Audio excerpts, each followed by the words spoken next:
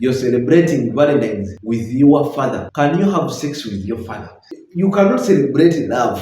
I mean, Valentine's with someone you cannot have sex with. Festival year for actually sexual immorality in brief. It was okay to rape, it was okay to fornicate. February 14th. Lupakalia. Mkondo bazogo golinge kigambo Lupakalia. Valentine is burning. Ngibyo. Basaija-Mpungu. Basaija-Mpungu abagonza wakitalibara watibeita wakazikwire wakitalibara bamutura wamuganda ituwena tuli basita abarukwera kandi itwe titucelebratinga Valentines. So nkwenda kuwaho akahistory katito kyalero jjuka kiro kyamaani muno abantu abagonzangana omujunga beta lovers. Today is lovers day, so Valentines ntingu okusobola kugiselebratinga with the Valentine.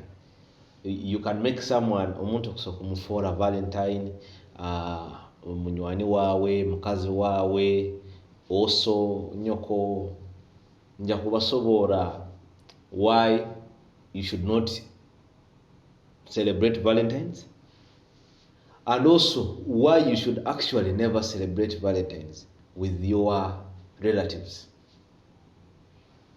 So katugaruke katito ekigambo kiri Lupakalia ekabaho emyaka yiraho yabaga kijaguzo rundi festive your sexual immorality. Festive egyo yabayoga ebiro 13 mpaka ebiro 15 kandi bagiselebratingaga ijuka Lupakalia ibara lya festival nkobo hura empango. So it is a festival in the Romans. So this festival was dedicated to the Roman gods, Roman god Pan and Roman god Juno. Nkobo kuhulora ntugamba tujakora empango, but it is in celebration of malaika orundi ruhanga abaho hakutomesa orundi aleta abakama. So the Lupakalia was celebrated in relations to, they were celebrated, it was because of those gods. What would happen in that season? Bakwataga ebisoro nibabiyita mubwingi muno. Ebisoro ebyo nibaleta omusayi gwabyo hali abapriests. Abapriests nibasiiga abantu omusayi. Then abapriests nabo basigwaga amata this time round. Abantu bano basigaga abaikiriza bedini oba abaikiriza mu dini. Banu, they were not Christians actually. It is believed to be a pagan movement. Nkobogamba ate manyire omujunga katukolonizinga bobota kwikiriza mu dini, the what would be dini, it is called you are a pagan. But these people nyonja gamba bali baina edini yabo. That was their culture. Nkobo kura nyonko munyoro.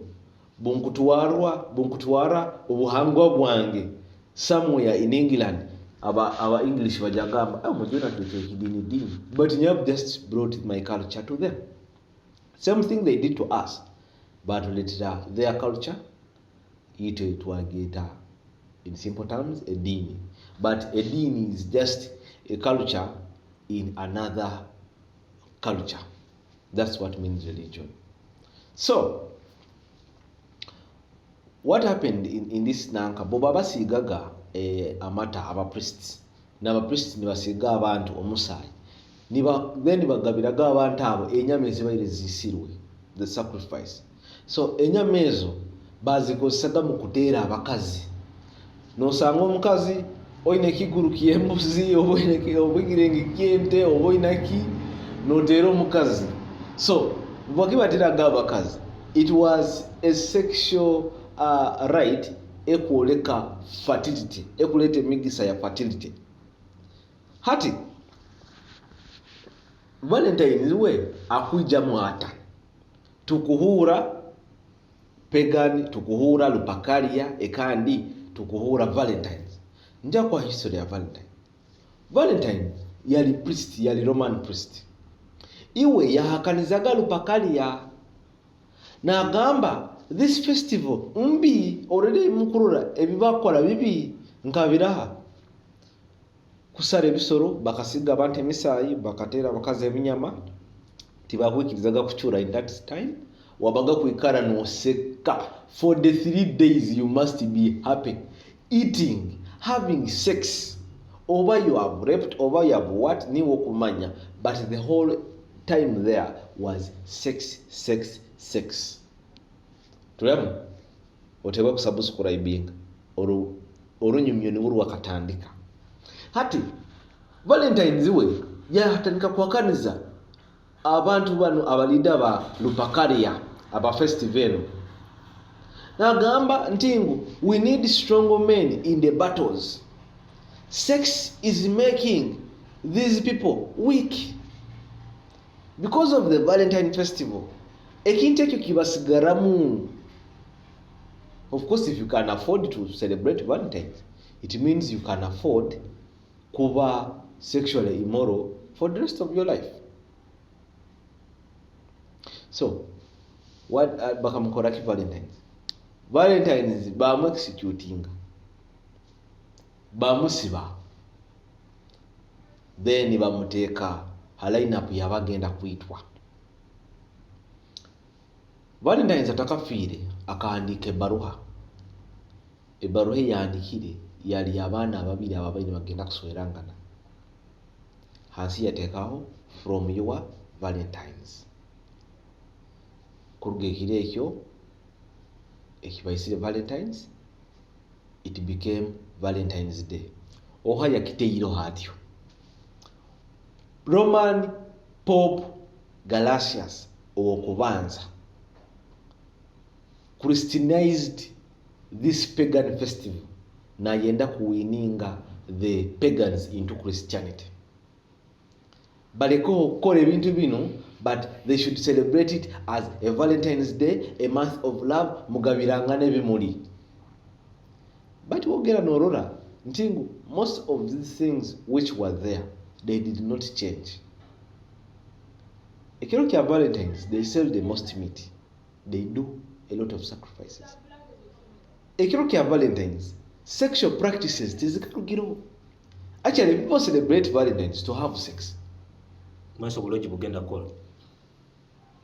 On Valentine's Day it is recorded that the most short check-in kimaisha kusasura au kurara orunde kikaro ekyokubamu. It is recorded on this day. Short check-ins, short. Nagamba ekikaro nakimara mesaha kai. From Basaija-Mpungu, I say do not celebrate Valentine's Day. Valentine's Day nkwenda kugambira akire ekyo bubayitaga abantu ku celebrate nkobo kuraito nabanyoro tugezere mu mpambo ekire ni muhandika ni bahandika amabara ga buli mukazi wene akapapura ko nibakanaga mu kiduramu. Hati iwe you would just randomly pick a mate no kom akapapura kakomaga nanka oti noti ni wogo wawe no gena no kimara. On that day it was allowed to rape. On that day it was rape niko kuhamba. On that day it was allowed to do adultery of wells. On that day it was allowed to fornicate kusihana. On that day it was allowed to do incest kubyama n'omuntu owoinaho akakwatane nka munyanyoko nka omwana wa munyanyoko nka nyoko omukaaso abantu nkabo the so called cousins. So ekirekyo Valentine's Day ebyazara gambini unwanted pregnancies STDs and STIs. High rate of abortion rate in the next few months after Valentine's. Abnormal birth because of incest. Women disrespect because if budadi so kuhamba ati iwe tinisa ngoki yake. So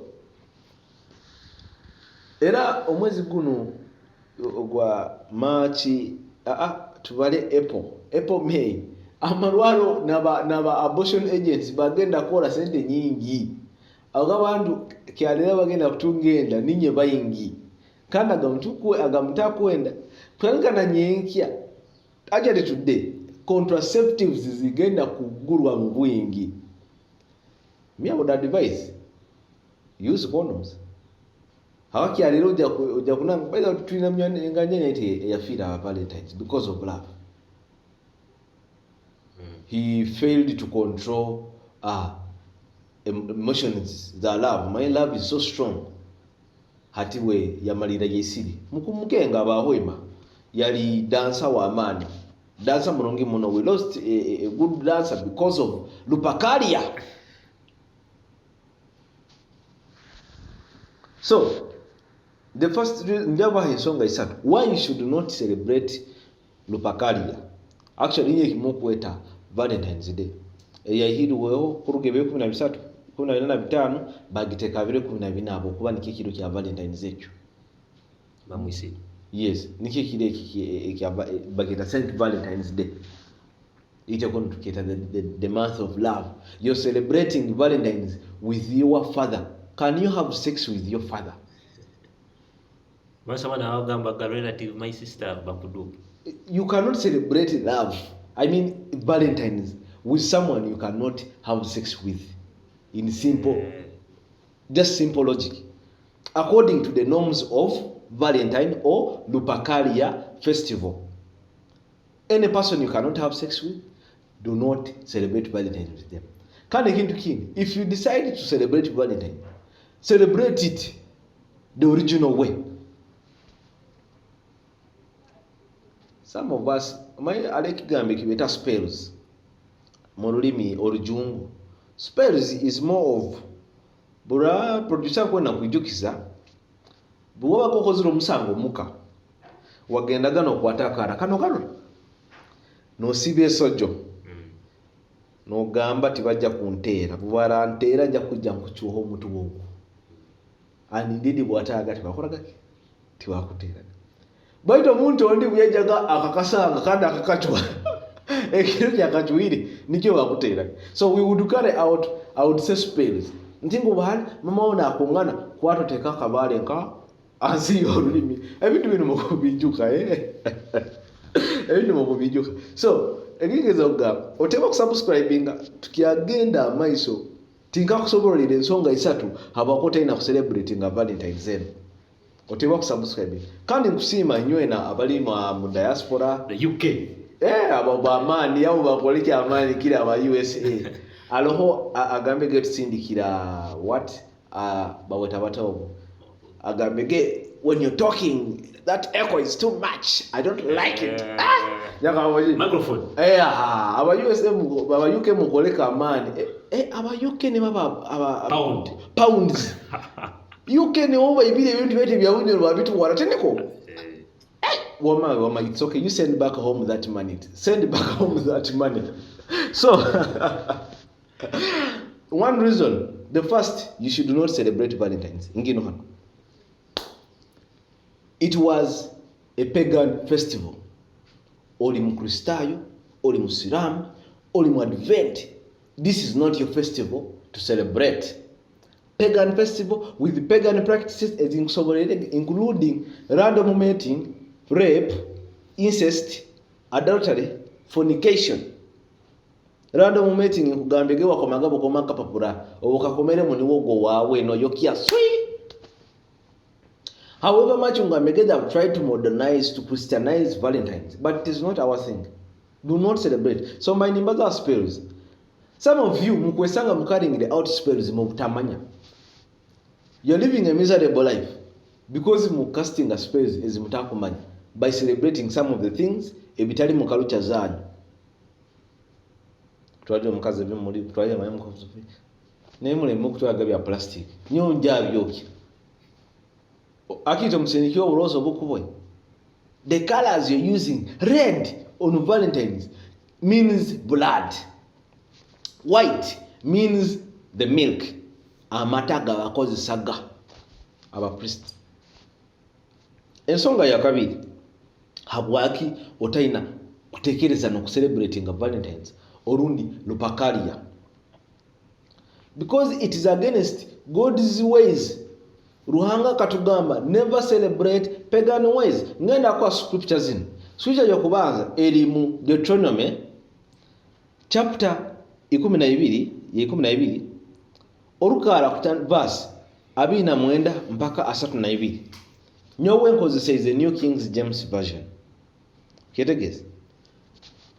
Ngenda kuha yune scripture ende yokusoma. Eri mu Balevi Leviticus chapter 18 verse eyokubanza mpaka 30. Naho nkozesa is the New King James Version. Ezo nize zimwe zinsobole kuoleka. Nambali Ruhanga kutugamba, do not follow the ways of the pagans. Nanka yakasatu. Reason number 3, you should not celebrate Valentines. Because Valentine promotes the wrong kind of love. Ati aliyo kyale kusasira muno. Kusasira muno, if you have been in a relationship, you receive flowers today. Nkusasira muno. Flowers are supposed to be a daily thing in love. Borawa actually if you have a Borawa relationship and your partner is over embracing celebrating Valentine, muleke.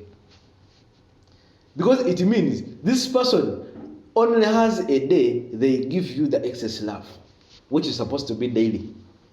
Think once, not twice. Ogo muleke. Omuntu ongambota to take me for romantic dinner, it has to be 14th February. Do you love me? I thought these are things every single day. Basic things actually. These are basic things. Kutwala mukazi wawa adina, minimum basic. Kumuletera ebimuli, kumuha sente, kumukura perfume. No, by the way, nekintu kinde kinyebege kugamba. Valentines eno mulingo ngambege. It has the most short check-ins. Tirira mukazi wawe simu any time of the day tali Valentines. Omugambe baby, mukazi wange, mama wabana, kyalero, ensonga za kabumba, nkwenda tuzikolera hotel eti neti, nsanga mu room eti neti. That is what they call love. But omuntu omanyata abakazi bano. Ekandi omuntu arayagamba, hata tagolize kikubinkole. Niki kinkugamba, ebintu bino bikole bitwalike ebintu bya bulikiro. You go genda hotel nziza tuzina munanka muhoyi mamuno zingi muno masindi nzizo ziroki bali ziroka komero zirona akakagadi ziro. Iwe ali rooms beta VIP rooms. Gamba okole package bakudomere bimuli roses. Omukazi wo mutwale. You do not need to wait for Valentine is creating the long way of love. It is creating lust. How can your sister ask you to be your Valentine? It is creating incest. Anyway, a video in Nkabagamba, I don't want to be, I'm not attacking. Nyowe mbani informinga. Nkubagambira ensonga zino. So aina amatu ahulirize atagayina ayehole haga omuntu onde. Titugenda kuyikiriza bintu ebimu bino in society. Nyoka sitakugambire. So I want to simple terms, Africans as well at large, they should not. Africans at large? They should not engage in these Western cultures and religions. Valentine. Nkugambige, there is no word called religion. I just think when I just kiss over hand. A religion means a cultural way of another culture used in reaching God. Ntingu, if nyowe munkuba ndi munyoro ninkozesa omuti kwikali Ruhanga nkakusanga nkagenda Kenya nkatandika kubegesa kwika hali Ruhanga ninkozesa omuti bajagete eddiini, but actually in actual sense I've taken there my whole culture. Nja kubahindura enjwara, nja kubahindura amabara, like okitekesi tingwenda nkibazo omone ekintu kya religious skin, because I don't want to look like I am attacking. Me, my whole aim, Basaija-Mpungu, I am informing. Aina amatawulirize ate aina amatu tujjaga kuteekaho titugenda kukiriza ebintu ebimu bino, because nyowe nkubalwanira.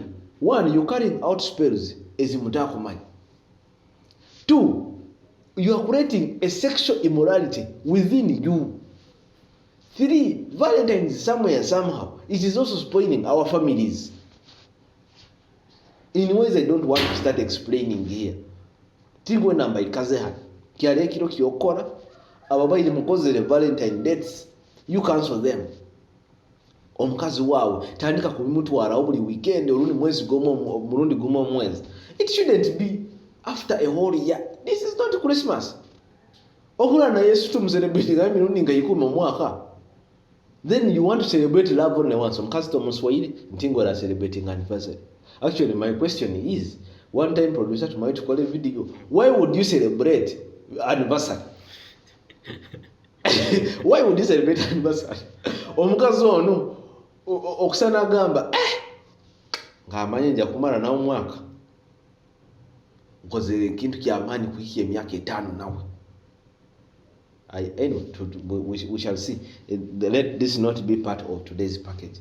Nsimire muno abanyoro kandi kusima feedback eyimugaba aba UK, the UK. Alo bana abayijweri twakozere video ya Bisaka. Abantu actually muliyo kwekingu bagondezaho mukwene ensonga zino zibazibwe baite mukutiina kuzibaza bakutiina. Yes, so naye senta really abantu ngambye bakusiima baite ensonga zona, those ones are past. Do not attack other people's religions. Sigara mu line yawe. Then two, omwana mutwale musomero eryokusobola. Nja kujja mbasobole ebindi. Then n'omwana ataruga muka omwana munju. Videos zona ziro ha YouTube hano. Mwebale kompuliriza nsigaire Basaija-Mpungu bagonza wakitaliibara tibeita wakazikulire kato wakitaliibara museta bata wa bamutura wa Muganda bona bali basiita abarukwera. Basaija-Mpungu.